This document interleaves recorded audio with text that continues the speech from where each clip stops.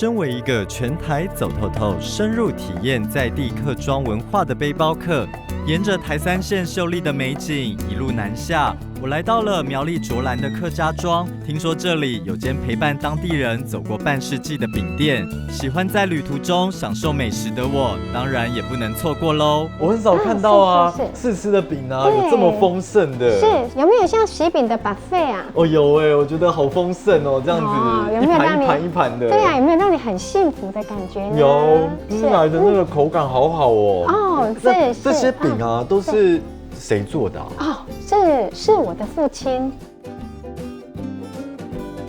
原来这好吃的大饼是大姐的父亲，也就是这家店的老板做的。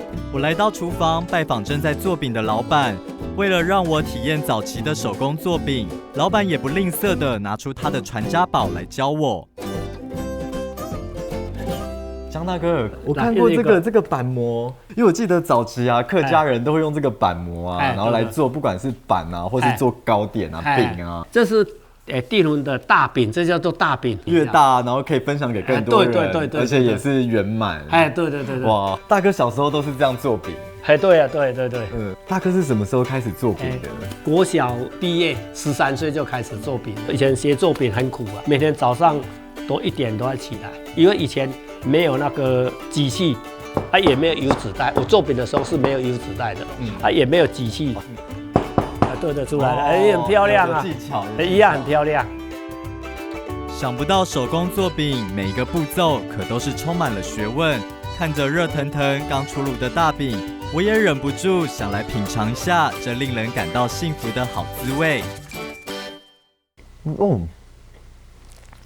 好好吃哦！有那个豆沙的香味哦。对，而且它的豆沙的感觉是非常绵密的。绵密，对。虽然很费工，但是爸爸的坚持，对我们来说，我们是很高兴，因为我们客家人做的饼有那么多人喜欢。